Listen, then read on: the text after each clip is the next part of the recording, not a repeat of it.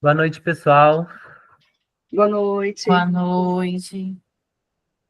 Vamos começar então o segundo capítulo do livro Coração do Yoga, que o título do capítulo é Os Fundamentos da Prática do Yoga.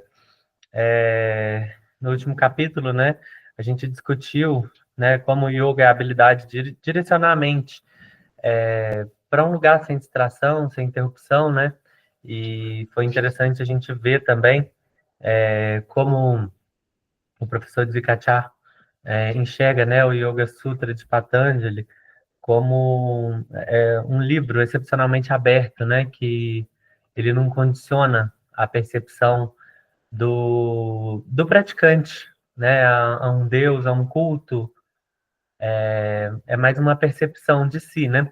E o primeiro ponto que tem aqui no segundo capítulo, né, é sobre percepção e ação, onde ele está falando, né, que a gente está sempre encontrando dificuldades na vida, e se a gente souber como a gente cria esses problemas, fica mais fácil a gente encontrar uma forma, né, de sair desses problemas, de resolver esses problemas da vida da gente. E ele fala, né, que não é muito difícil a gente decidir que uma situação é correta, acreditar nisso e começar a agir de acordo com essa crença, né, que a gente tem, como se fosse uma verdade absoluta. E o contrário também, né? Se a gente começa a duvidar da nossa compreensão sobre algo, mesmo quando ela está correta.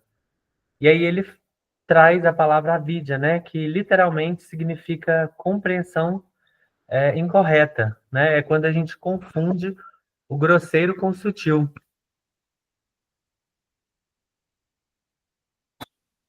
Sim, é verdade, Nathan. Nesse segundo capítulo, a gente tem aqui, né, o Yoga Sutra como uma base, né? Então, o livro traz o Yoga Sutra como essa base para a gente ter esse direcionamento da nossa mente, como você bem falou aí no início. E o Yoga Sutra nos trazendo através dessa perspectiva, a gente consegue ir filtrando, melhorando, limpando a nossa mente. Então, é uma forma de direcionar. Então, o que todo mundo quer. Hoje em dia é isso, né? Então, ter uma mente mais saudável, que ela é mais direcionada para aquilo que a gente realmente quer, que ela não fique devagando, né? Devaneando, passando por problemas ou por coisas que não tem nada a ver, né? Como muitas, inclusive, falo da minha mente, né, principalmente, né, como a maioria das mentes estão aí, né, o tempo todo pensando em coisas que não são produtivas.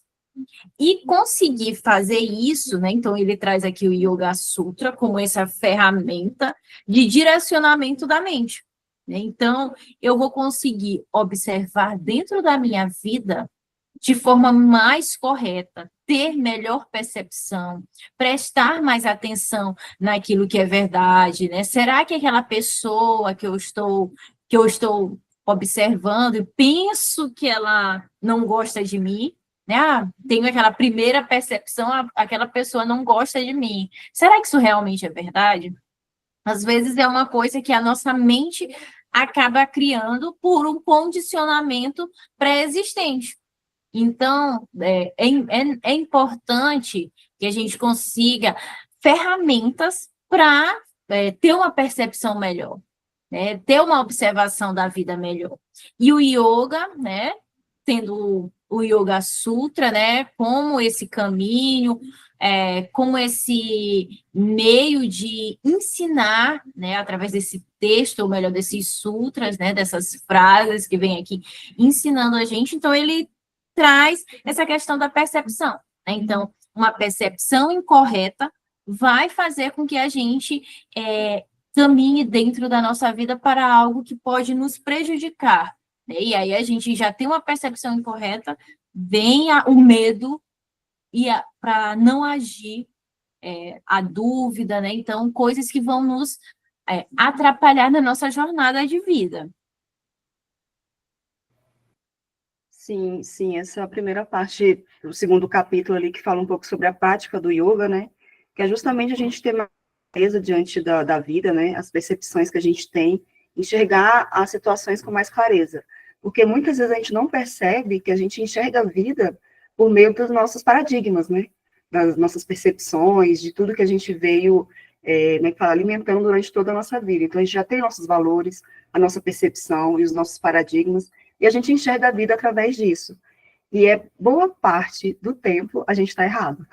Né? Dificilmente a gente consegue enxergar alguma situação com clareza. A gente vai enxergar por meio das nossas crenças, por meio do que a gente acredita ser certo ou errado, e nem sempre essa situação vai se mostrar da forma com que a gente vê. E esse conceito que o Nathan trouxe inicialmente aí do avidya, que é a compreensão incorreta, é um conceito que o yoga tenta um pouco diluir. Ele tenta fazer com que a gente tire um pouco essas percepções já pré-estabelecidas e que a gente consiga ver a situação de forma mais clara, o que realmente está acontecendo. Igual a Thalita falou, né? Será que se ela passar por mim e não falar comigo, eu já vou trazer para a minha percepção de falar, nossa, a Thalita não falou comigo, o que eu fiz para ela, o que será que eu fiz que ela não está querendo falar comigo? E muitas vezes ela nem me viu, ou ela está num dia difícil, ou ela realmente está passando por problemas e não me viu, e a gente esquece de enxergar a realidade com clareza. Se a gente simplesmente aceitar o que aconteceu, a Thalita passou por mim, não falou comigo, tá tudo bem. Não vou ficar criando na minha cabeça coisas que eu não sei. Eu não sei se eu fiz algo para ela, se ela fez algo para mim. É a gente parar um pouco de criar situações dentro da nossa cabeça que não é real. Né? Se a gente não sabe, basta a gente não criar. Né? Isso já facilita muito esse processo de encontrar clareza diante das situações, né? A gente tirar essa percepção incorreta. O yoga ajuda muita gente nisso, porque a gente vai um pouco limpando, né? Tentando tirar aí um pouco desses nossos condicionamentos. Sim, esse conceito de avidya também me lembra muito o conceito de Maya, né? De ilusão. Então, a gente vive num mundo que tem muitas ilusões, coisas que fazem, que atrapalham a nossa percepção. Não só de um cunho espiritual, como a gente está trabalhando aqui a questão espiritual, mais filosófica do yoga, mas também mesmo a vida assim, né? Então a gente observa o céu, a gente diz o céu é azul, né? Mas não necessariamente o céu é azul. Né? Então já vivemos aqui num mundo que também essa ilusão, né? Toda essa parte mais física mesmo, né? Então, nosso sistema, nossos órgãos perceptivos de ação, né? Então, os 5 sentidos, eles não conseguem abranger o que outros animais, outros seres vivos conseguem ver. Né? Então, outros seres vivos olham mais cores do que nós, né? Então, a gente tem aqui um mundo que a gente vê a partir de quem a gente é ou de onde a gente está. Né? Então, eu vejo através de uma percepção, tem aquela alegoria do elefante, né? Então, as pessoas elas estão vendadas ou são cegas e vão pegar, e cada um pega em uma parte do elefante. Então, o que pega na cauda diz, eu estou pegando numa cobra. Né? Então, o que pega na perna diz, eu estou pegando num tronco. Né? E aí, cada um, de onde a gente está, a gente tem uma perspectiva diferente. Né? Então, tem isso, né? Então, o mundo, ele também nos envolve, nos ilude, acaba distorcendo aquilo que a gente está realmente vendo. Né? Então, a gente tem esse conceito de avidya tendo essa percepção incorreta, graças a essa questão de Maya, né, da ilusão onde estamos, e temos o conceito de vidya, né, que é a compreensão correta. Enquanto o né, o A antes da palavra, né, nos traz a negação, o vidya nos traz aí a compreensão correta. E aí a gente já passa para um conceito de samskara, né, que vem aí esse reforçar do avidya, né? Então, aí fazendo com que o avidya fique mais forte, né? Então, trazendo essa percepção. O Sanskara, né, que tem como tradução comportamento condicionado, muitas vezes vai reforçar a vidya, né, que é essa compreensão incorreta, porque Sanskara, na verdade, é todo aquele comportamento que geralmente tem uma raiz de algum trauma ou de uma situação que aconteceu muito com a gente em outro momento. Por exemplo, né, uma criança que cresceu sendo muito cobrada, onde exigiam muito dela, exigiam muita performance, ela vai crescer com muita ansiedade, né? Com essa necessidade assim, de cumprir tudo, sentindo esse peso maior. Então, quando ela for um adulto, né, ela vai ser aquele adulto que vai se cobrar muito internamente, que vai viver ansioso, que vai querer agir, né, sempre com perfeccionismo, e reforça esse Avidia nesse sentido, né, que aí ele tende a agir sempre com insegurança, vai estar sempre num espectro de ansiedade, né, porque ele entende que a vida cobra muito dele, porque isso foi passado, né, casos como esse a gente consegue ver em vários outros exemplos, né, e a gente tem Sanskara de todo jeito. Se alguém falou alguma coisa que te desagradou, às vezes você tem o hábito de responder com raiva, né? Porque você acha que é uma ofensa direta contra você, é como se fosse uma batalha, né? Não é simplesmente uma opinião que não é a mesma, né?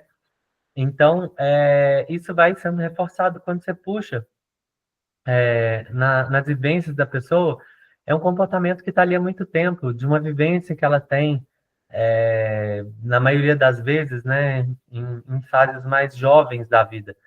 Então, esse tipo de comportamento, se a gente não identifica, se a gente não percebe, por que eu estou reagindo com raiva, né? Por que eu quero ser melhor que a outra pessoa? Por que eu tenho que estar em primeiro?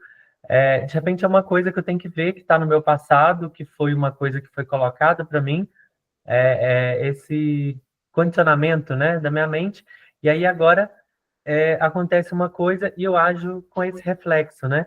Então, eu vou só, digamos assim, colocando essa névoa, né, deixando essa névoa de avidia ficar cada vez mais forte, cada vez mais automática, né, para tudo que vai acontecer na minha vida. E aí, ele até coloca aqui, né, que a gente tem 2 níveis de percepção. Um é o profundo, interno e livre dessa névoa, que é a avidya, e o outro é o superficial e obscurecido por avidya, né? E o objetivo do yoga é o quê?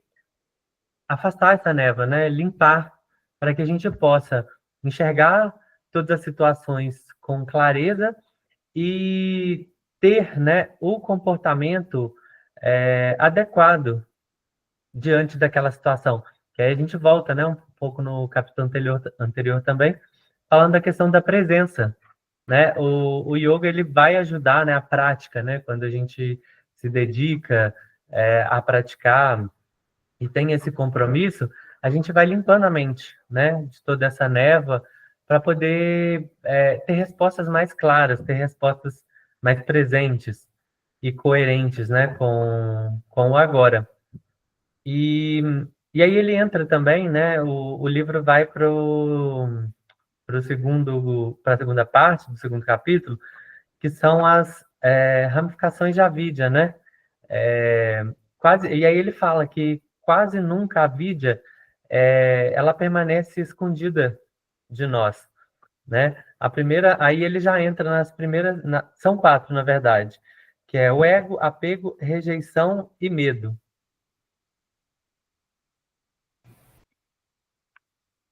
Sim, eu queria voltar um pouquinho no que o Natan e a Thais estavam falando sobre o Sanskara, porque, como o Natan falou, cada vez que a gente tem uma ação e que a gente sempre tem a mesma atitude, a gente reforça essa ação.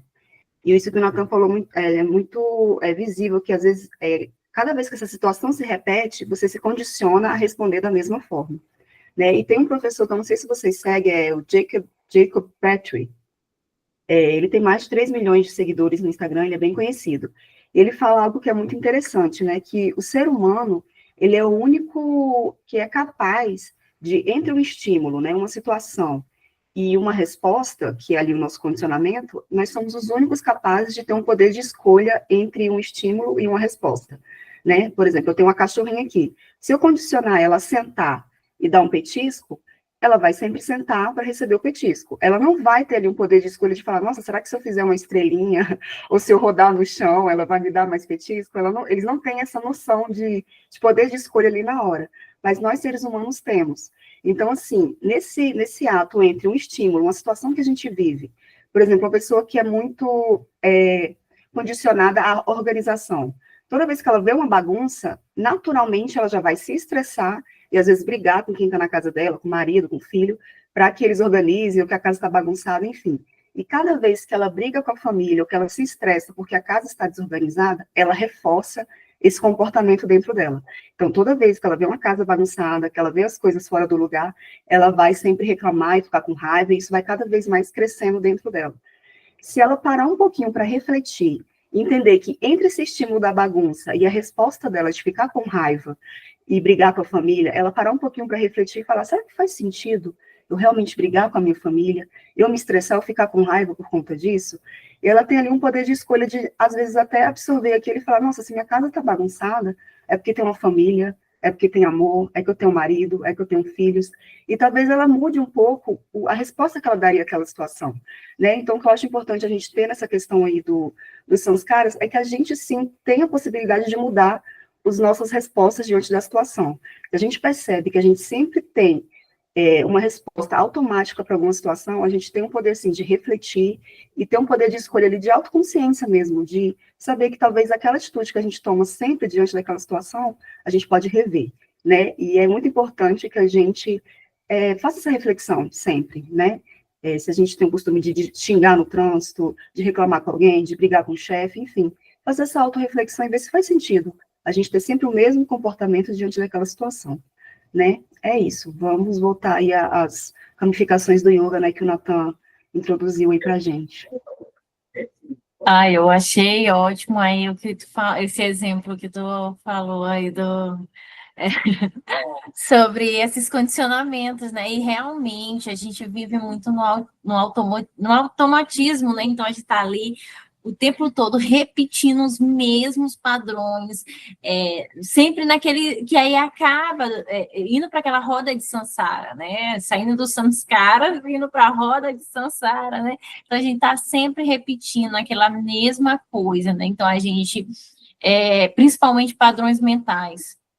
Então, tá ali, aí se a gente acorda, pega o celular e vai, né? Então, tá o tempo todo, se é aquele condicionamento, é ótimo, achei ótimo, perfeito essa tua colocação, né? Então, como tu falou, né? Vamos continuar, né? Mas gostei demais. Então, entre as ramificações de avidya, né? Como o Nathan falou, a gente tem aí a primeira ramificação que é o ego, né?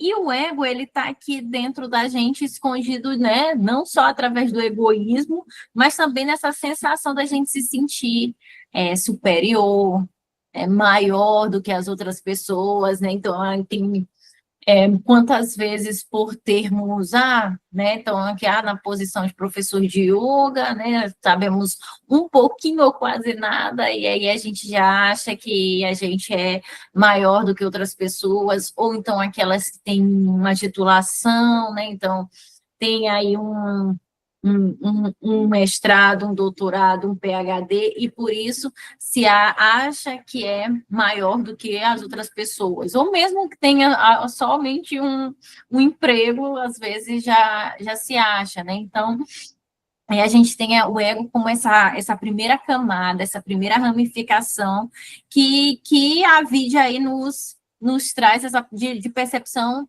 incorreta, né, da vida, né? Então, a gente ir nesse lugar de superioridade em relação às outras pessoas. E em relação também não só às pessoas, como aos outros seres vivos aqui, né? Vocês querem falar mais alguma coisa sobre o ego ou a gente passa para a segunda ramificação? Essa questão do ego, às vezes até a própria prática de yoga, se a gente não tomar cuidado, pode, como é que fala, de acabar alimentando o ego, né? Acontece muito na prática, pelo menos física, de yoga, a gente está ali, às vezes, no estúdio, e a pessoa querendo sempre alcançar ali uma postura melhor, uma postura, e a gente vai alimentando o ego. Então, eu queria só deixar isso, assim, ratificar isso daí que a Thalita falou, que a gente tem que ter sempre de olho, porque até mesmo quando você está procurando uma prática que é para te levar para talvez uma elevação espiritual, um bem-estar, ela pode acabar alimentando o seu ego se você não tomar cuidado, né? E ele fala até aqui que, às vezes, no início, realmente, talvez esse ego de você querer ser melhor pode começar o seu caminho, né? Se ali a escada, a seu primeiro degrau de escada, você quer ser uma pessoa melhor, e você vai buscar esse egozinho para querer melhorar. Mas, até porque se a gente não tivesse ego, a gente não precisaria praticar yoga, né? A gente trabalha justamente para ir tentando limpar isso. Então, às vezes, sua primeira escada ali seria para você tentar ser melhor, buscar ali uma autoestima, mas que a gente não deve ficar preso nela, que ela tem que ser apenas uma escada para a gente cada vez mais se trabalhar e não tentar deixar o ego sempre influenciar na nossa vida. E a segunda ramificação de avidya é o apego. Ontem eu fiz uma coisa que eu gostei, eu comi uma coisa que eu gostei, hoje eu quero mais, porque foi bom ontem. Então eu estou apegado a um sentimento, pode ser um hábito, né? Qualquer coisa que eu queira sempre, uma necessidade de buscar prazer, de querer juntar, né? Querer me agarrar a uma coisa, ficar apegado, parado ali, numa coisa que ela realmente pode ser boa, mas assim, eu não preciso dela o tempo todo. Eu tenho que ver o que eu preciso hoje, agora, né? Se é um sentimento que eu tenho que conservar, se é uma vontade ou um prazer que me pertence, né? Ou se não é, né? Aqui a gente tem o hábito de querer o que a gente tem, né? Nunca o que a gente tem em mãos ali é o suficiente. Você está sempre querendo mais, você está querendo sempre alguma outra coisa, sem necessariamente, muitas vezes, haver necessidade, né? De ter isso que você está desejando, simplesmente por apego. Sim, né? Então, e o apego geralmente é algo, né, que aconteceu no passado, né? Como o Nathan falou, aconteceu ontem, aconteceu aí no passado, e a pessoa fica ali presa naquilo, né? Então, às vezes, num relacionamento, quantas pessoas terminam um relacionamento e passam anos e anos apegados àquela pessoa, né? Então, aí continua pensando, e se fosse de outra forma, se fosse isso, aquilo, então, revivendo aquilo apegado, né? Não também a esses sentimentos, né? Então, a gente, como ser humano, a nossa mente, né, que é o que está tratando aqui, ela se acomoda muito fácil. Então, e aí é muito fácil a gente ficar sofrendo, né? Eu prefiro ficar aqui sofrendo nesse relacionamento que já se foi, então eu vou ficar aqui remancheando, reclamando, e aí passa anos, ao invés da pessoa, né, ir para frente e lutar, né? E ir contra esse sentimento de apego é algo que é muito, né? Tem que ter uma força interna muito grande para poder deixar com que esses sentimentos que a gente gosta, ou aquela comida que é muito boa, né? Então, às vezes a pessoa está ali, tem uma doença, né? Vamos dizer, diabetes, né? Hoje em dia, que é muito famosa, né? Então, tem a diabetes, mas não consegue parar de comer o doce pela questão do apego, né? Então, aí a gente tem né, essa ferramenta que a gente está estudando hoje aqui, através desse livro, O Coração do Yoga, como uma forma de nos fazer mudar, transformar, né, passar por cima, lutar contra essas má inclinações que existem dentro de nós. Né? E no caso, essa segunda ramificação aqui seria o apego. E aí a gente vai para a terceira ramificação, que é a aversão, né, ou rejeição, que é a rejeição de experiências por medo do desconhecido, né? Enquanto o apego nos deixa ali no passado, naquele sentimento, ao mesmo tempo também nos faz rejeitar o desconhecido, né? Aquilo que a gente não sabe, porque realmente, né? Então a gente eu vou começar uma faculdade nova, vou trocar de emprego, né? Então, isso que é novo na nossa vida, né? Então, é muito apavorante. Então, a gente precisa ter um trabalho de dizer, não, eu vou, né? Então, lutar contra essa força interna para ir para frente. Sim, a rejeição é algo muito forte, né? Porque tanto a gente rejeita algo novo, igual a Thalita falou, a gente tem medo do que pode vir, quanto alguma coisa ruim que aconteceu com a gente. Né? Se acontece algo ruim, normalmente a gente não quer que aquilo se repita, então a gente já cria uma rejeição. Mas nem sempre algo que aconteceu ruim vai se repetir, né? E esse da rejeição vem muito com o próximo, que é o medo, que a Thalita comentou aí, da gente ter medo de enfrentar algo novo, né? E essa ramificação do medo, muitas vezes, é medo do desconhecido, né? É natural do ser humano que a gente tenha insegurança sobre o futuro, sobre o que pode acontecer, e esse medo, muitas vezes, domina a gente. E a gente deixa de fazer coisas novas, deixa de aprender coisas novas por conta do medo, né? Eu não sei aonde tem escrito isso, mas eu já vi muito dentro do yoga falar que esse medo, a principal raiz dele é o medo da morte, né? A gente tem o medo da morte e essa raiz desse medo leva a todos os outros medos, né? Porque se a gente tem medo de algo novo, o que pode acontecer, né? E tudo isso vai levando a gente a ter medo mesmo de enfrentar as coisas da nossa vida. Você quer complementar, Nathan? O medo paralisa, né? Ele não deixa que a gente viva, né? Se você sente insegurança em alguma coisa, você acha que você não é capaz, aí você começa a se cobrar, você tem dúvida de como que vai ser sua vida, a sua posição social, o que as pessoas pensam de você, né? O que elas pensam do seu estilo de vida. A gente tem medo de envelhecer.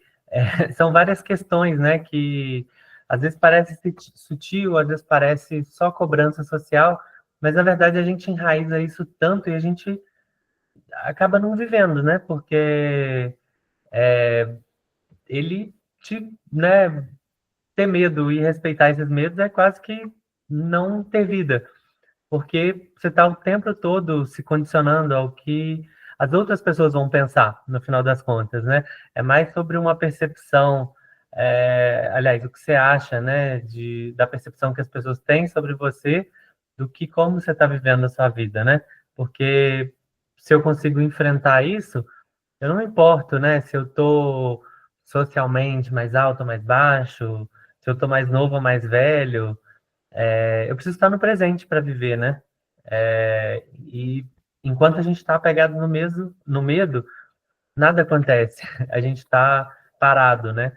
E aí essa névoa, né, dessa ramificação na nossa frente, ela faz com que a gente realmente não viva, né? Às vezes, né? Se não acorda a tempo, né?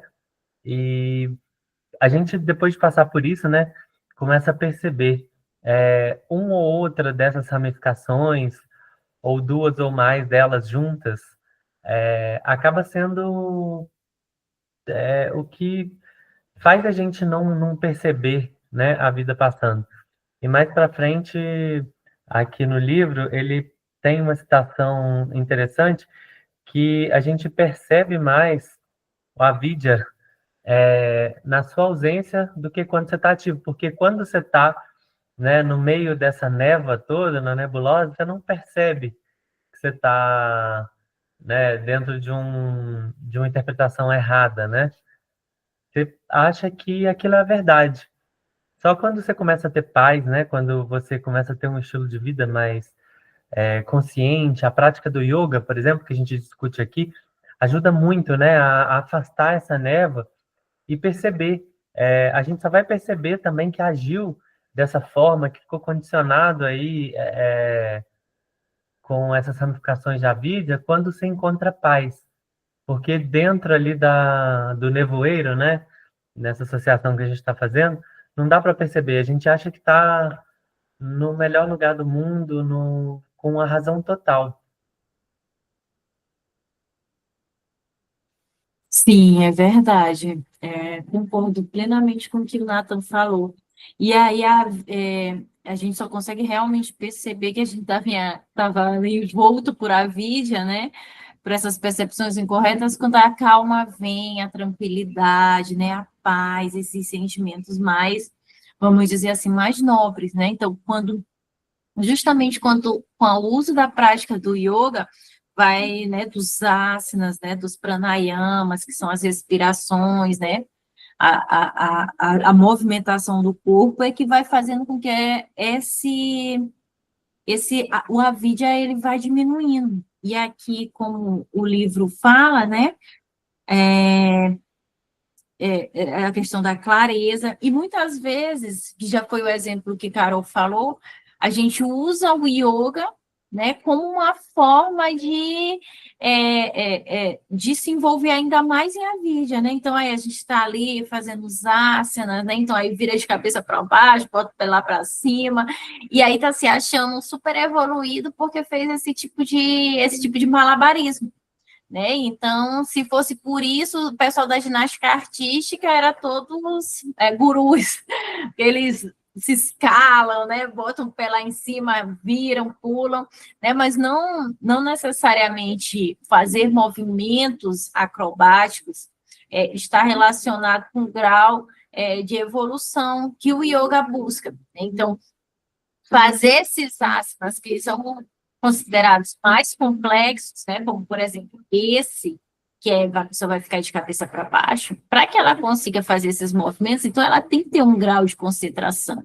E para que ela possa ter um grau de concentração, ela tem que diminuir essa atividade mental. É porque se a gente estiver pensando em estender roupa, a gente não vai conseguir fazer botar o pé lá em cima, né? Fazer o asana, né? De uma forma mais completa, vamos dizer assim.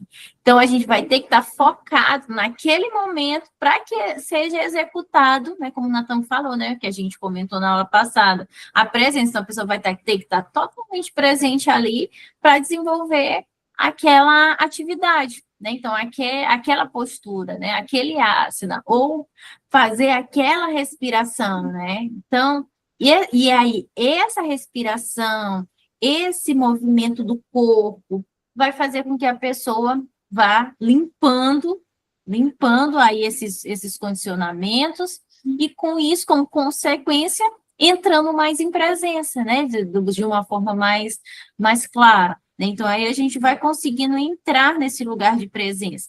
Quando a gente entra nesse lugar de presença, a gente também entra num lugar de calma, lugar de tranquilidade, num lugar de paz, né? Que aí a gente já vai entrando em contato com esse todo, com essa força superior, com esse algo a mais que existe aí no mundo, que a gente não tem exatamente uma palavra, né, para não ter uma crença específica, mas é esse lugar de paz, né? Eu acho que a palavra que mais cabe é realmente paz, né? Então, nesse lugar de paz, dentro de nós mesmos. Sim, acho que com a prática do yoga a gente vai conseguindo realmente trazer mais clareza diante das situações e diante de todas essas ramificações aqui que a gente viu. Conforme a gente vai trabalhando, a gente vai conseguindo deixar a vida mais clara, situações mais claras, e vai encontrando essa paz que a Thalita falou. E dentro de tudo isso que a gente vem falando, o próximo conceito que ele traz é constância e mudança, né? É a gente entender que a vida está sempre em constante mudança, que a gente muda também o tempo todo, as pessoas que estão à nossa volta mudam o tempo todo, e a gente tem que entender que nada é fixo, né? Se a gente compreender que o que aconteceu ontem foi ontem, e que hoje eu já sou outra pessoa, a situação já é outra, e eu não ficar preso a isso, a vida fica muito mais fácil, fica muito mais simples de ser vivida, né? Porque às vezes a gente fica muito preso ao que a gente pensa, preso a uma certa situação, e tem dificuldade de aceitar as mudanças, né? E a vida está sempre em constante mudança, o fluxo da vida já nos mostra isso. Então, esse conceito aqui que ele trouxe de a gente começar a entender que o que é hoje necessariamente não vai ser o mesmo amanhã, as coisas podem melhorar ou até mesmo piorar, e a gente realmente se entregar, deixar com que a vida siga seu fluxo, as suas mudanças, sem ficar muito apegado ao que é hoje, né? Eu gostei muito desse conceito de constante mudança, e a gente trazer essa percepção para a nossa vida.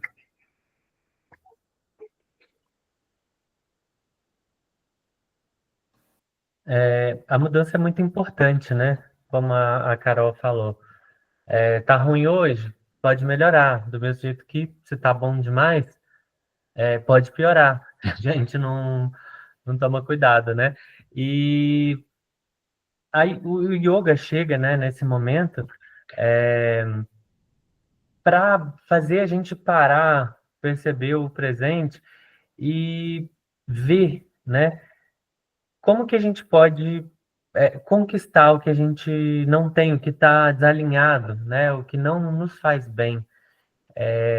Não dá para perceber isso no meio da confusão, né, de avidya. Você está muito identificado com o sanskara, né, um comportamento condicionado. Você não vai conseguir mudar. Você tem aquela crença que as coisas são assim e é assim que elas têm que ser. É a mesma coisa de quando a gente se identificar, mas eu sou muito nervoso. Eu não aguento isso. Se fulano falasse isso comigo, eu não aceitava. Tipo, é uma reação muito automática para uma coisa que você não sabe como que é no presente, porque você não está sentindo aquilo da mesma forma, né? A gente, de acordo com o que vai amadurecendo na vida também, quando você é adolescente, você é muito impulsivo, você vai amadurecendo um pouco, você vai aprendendo a lidar com isso e de acordo com o que a gente, né, vai vivendo e percebendo como as coisas são, a gente aprende a lidar com as coisas de uma forma melhor. Fazendo uma analogia, né, com uma vida mediana, digamos assim, o yoga ajuda a gente a aperfeiçoar muito isso. Não é achar que, eu sou nervoso, eu reajo assim, né, com rapidez, eu falo mais alto. Não, eu preciso ver o que está acontecendo agora. Eu tenho que enxergar aquela situação com os meus olhos de agora, como eu estou, né, no presente. Então não dá para viver, né? Se a gente não faz essa identificação, se a gente não aceita que a mudança existe, a gente vai ficar parado na vida e a gente vai deixar de viver e de evoluir também. Sim, e a questão da mudança, ela ocorre, né, o livro ele vem trazendo, ocorre em degraus, né? Então, a gente não vai, a pessoa não sobe 4, 5 degraus, né, de uma vez, né? Então, a gente vai sobe o primeiro, depois o segundo, então, de uma forma devagar. E também ele fala que existem essas oscilações. Não é porque a gente vai praticar yoga que a gente vai para um outro nível, não, né? Todos nós aqui já praticamos pelo menos há mais de 5 anos e ainda damos os nossos chiliques de vez em quando. Mas por quê? Porque faz parte da natureza humana. A gente vai, né? Então, não é aqui uma proposta do livro, nem nossa, né? De dizer que o yoga vai salvar a sua vida de uma hora para outra. Então, vão ter momentos que a gente vai passar, né? Por crises, e depois a gente vai estar mais tranquilo, e depois a gente pode passar pelas crises. O que não pode acontecer é a gente estar praticando yoga e estar o tempo todo em crise, gritando, né? Dando os nossos chiliques, né? Não, a gente precisa ir transcendendo, mas isso não vai acontecer de um dia para a noite, né? É necessário que haja uma graduação. Aos poucos nós vamos subir essa escada, né? E subir a escada é justamente essa analogia de ir para cima, né? Então, aí a gente vai, né? O primeiro passo é tentar fazer um asana de cabeça para baixo, o segundo passo já é uma coisa mais nobre, como conquistar uma virtude, construir um melhor recurso interno para tratar as outras pessoas, e aos poucos nós vamos nos melhorando, nos desenvolvendo como seres humanos, mas isso não quer dizer que vai ser de uma hora para outra, é um trabalho interno, constante, e que a gente vai estar trabalhando durante toda a nossa vida. E o yoga é um auxílio muito grande, né? Então, uma ferramenta que vai nos auxiliar muito nesse trabalho de lapidação interna, né? De nos transformar e nos melhorarmos, mas não é uma fórmula mágica. É um trabalho que realmente a gente tem que ir superando a vidya, né? Vai superar a vidya e subir, né, nessa escada através das práticas corporais, respiratórias, né, e aí nos melhorando dentro da nossa vida.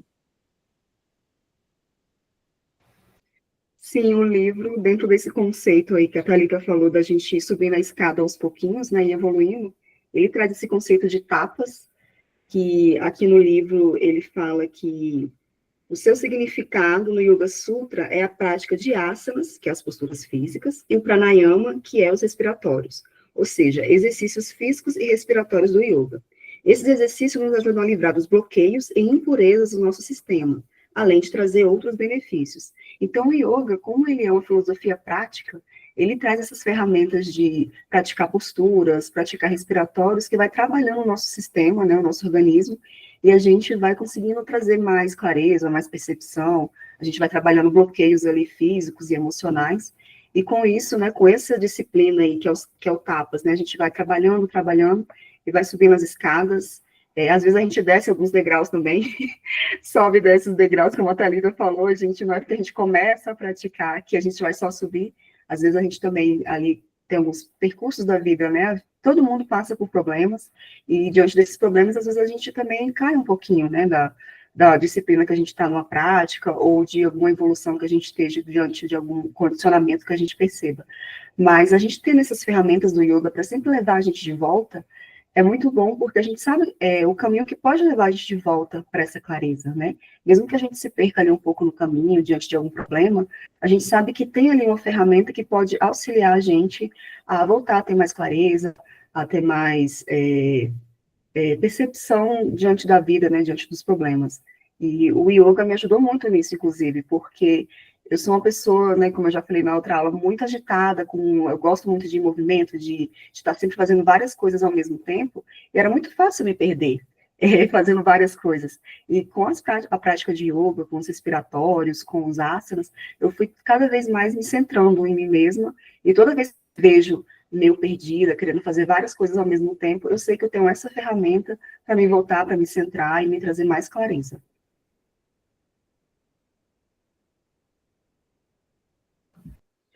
É, é muito importante a gente perceber, né, como isso traz. Ele traz aqui no livro uma citação que eu achei muito interessante, né? Que começar a praticar asana, as posturas, né?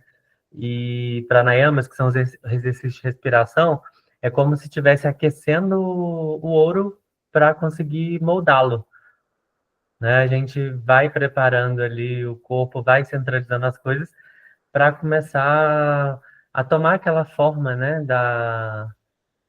de quem a gente é e tudo mais. E depois ele entra no segundo conceito, que é conhecer a si mesmo, né? A gente tem que entender quem a gente como a gente se relaciona com as outras pessoas, e é muito importante a gente fazer essas buscas, né? Que seja nas meditações ou lendo livros como o Yoga Sutra, né? Que a gente tem estudado muito, a Bíblia, o Alcorão. Como a gente não está falando aqui de um Deus específico ou de uma religião ou seita, né? Qualquer texto, né? Filosófico que inspira a reflexão, que vai trazer situações que vão te fazer pensar, né, sobre a vida, seus comportamentos, esses valores que a gente às vezes tenta fortalecer ou perpetuar com o nosso comportamento aí, vai ajudar a gente a entender muito sobre nós mesmos, né? Através do que eles instigam a uma reflexão pessoal, né? Uma investigação interna de quem a gente é.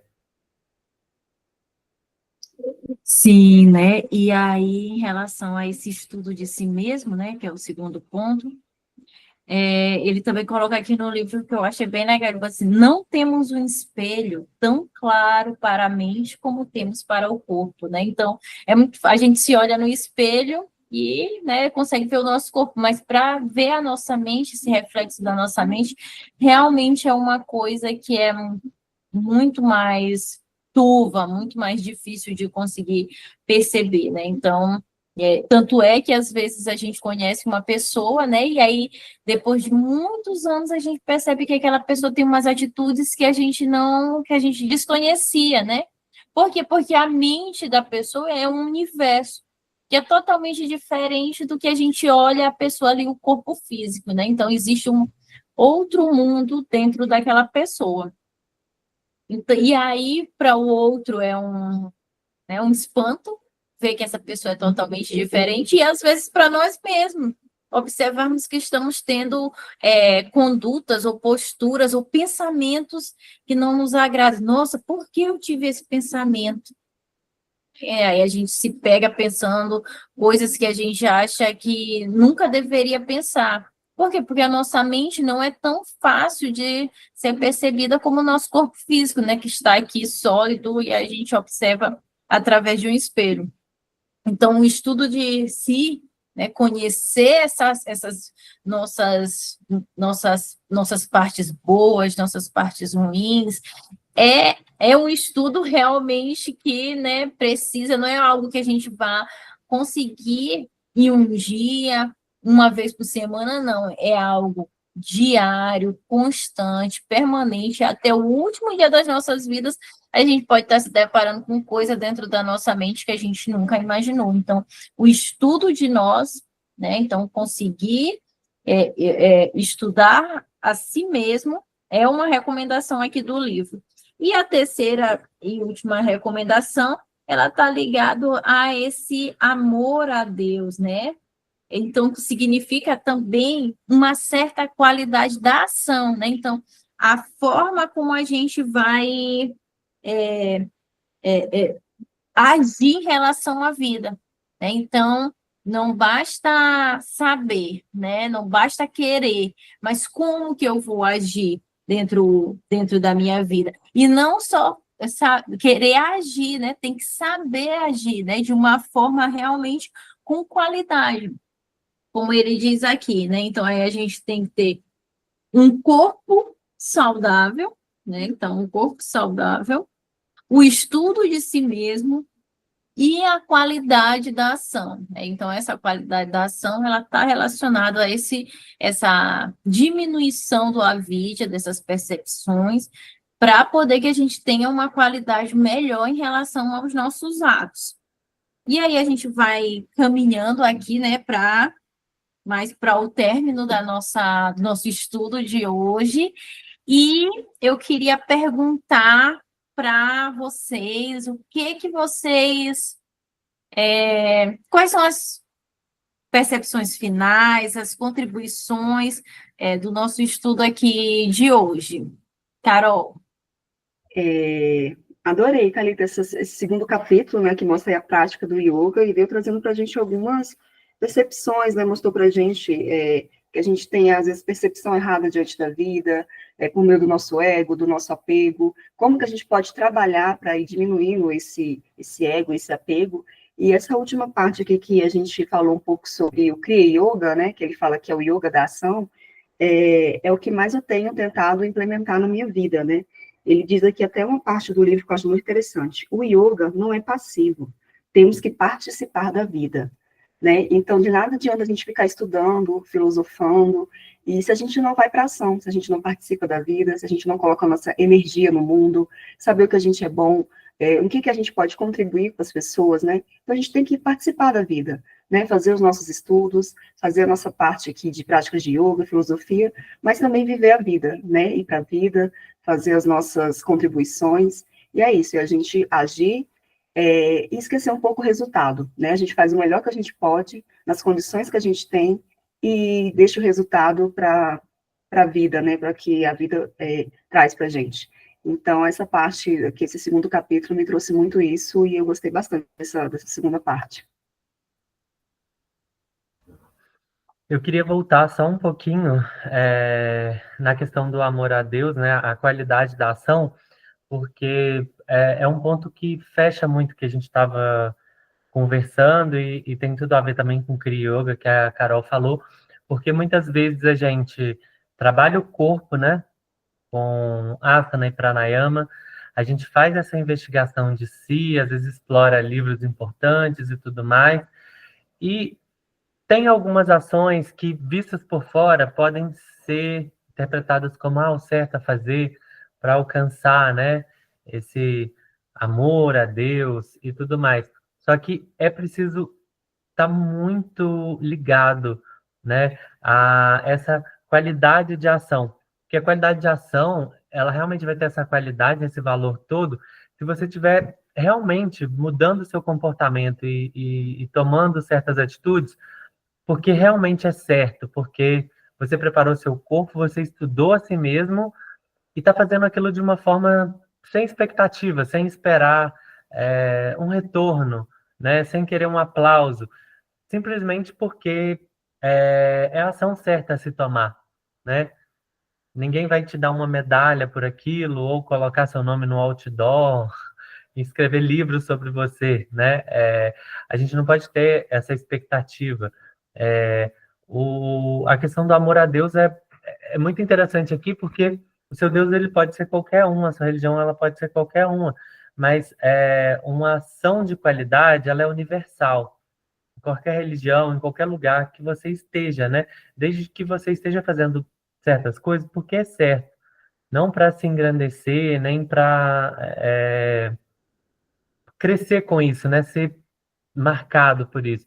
E aí conecta muito bem com tudo que vem lá para trás, porque a gente começa a perceber, né, que como comportamentos condicionados fazem a gente ficar perdido dentro das próprias verdades que a gente coloca, né, para nós mesmos. Eu sou assim, a resposta certa para isso é isso, e a gente não está conectado com essa verdade, né? A gente vê que você está no meio de uma tempestade de areia, onde você não sabe o que está acontecendo, para onde você está indo,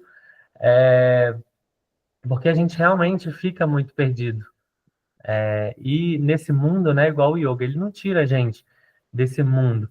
A gente continua tendo os nossos objetivos, a gente quer algumas coisas, a gente quer chegar em certos patamares, mas não é por vaidade, né?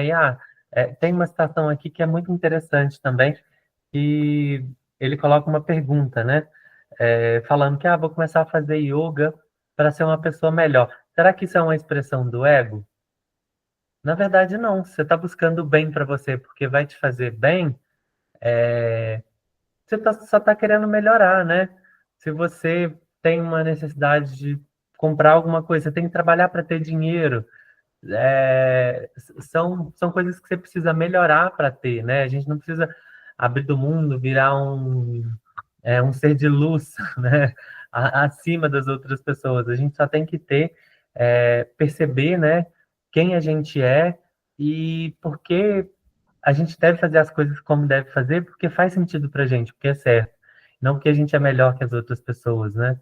O professor de yoga, como a gente já discutiu aqui para trás, ele não é melhor que as outras pessoas. Se ele não pratica, se ele não mantém isso tudo em dia, ele vai ser igual, ou às vezes até pior, né? Porque aí ele está muito identificado ali com o ego e não cresce. Então, fantástico, assim, essas reflexões que a gente teve até aqui. Sim, foram ótimas. Eu acho que superar a vida, né, como a gente estudou nesse capítulo aqui, é um desafio, né, que a gente tem aí dentro da nossa vida, mas também é uma forma de fazer com que a gente viva de forma mais plena, consciente e presente, né? Então, encerrando aqui o nosso estudo de hoje, né, quero agradecer, né, Carol, Natan, que nos trouxeram tantas coisas boas e maravilhosas, e eu agradeço muito, é sempre bom estar junto com vocês, mesmo que distante, estamos aqui próximos, né? Sim, Então, boa verdade, é sempre muito noite. bom. Boa Com noite. certeza. Melhor momento da semana. Boa noite, galera. Até a semana que vem, próximo capítulo. Tchau, tchau. Tchau, tchau.